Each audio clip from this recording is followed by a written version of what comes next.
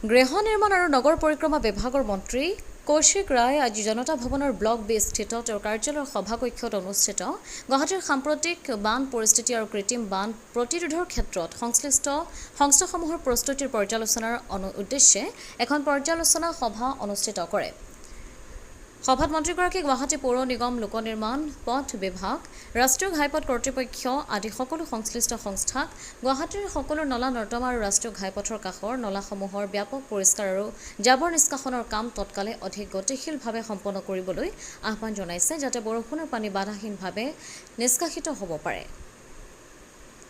মন্ত্ৰীগৰাকীয়ে স্পষ্টভাৱে কৈছে যে নলা নৰ্দমা পৰিষ্কাৰ কৰাটো কেৱল এককালীন ব্যৱস্থা হ'ব নালাগে। ৰাজ্য চৰকাৰ গুৱাহাটীক অধিক সুৰক্ষিত, পৰিষ্কাৰ আৰু বানপানী প্ৰতিৰোধী নগৰ হিচাপে গঢ়ি তোলাৰ বাবে বদ্ধপৰিকৰ।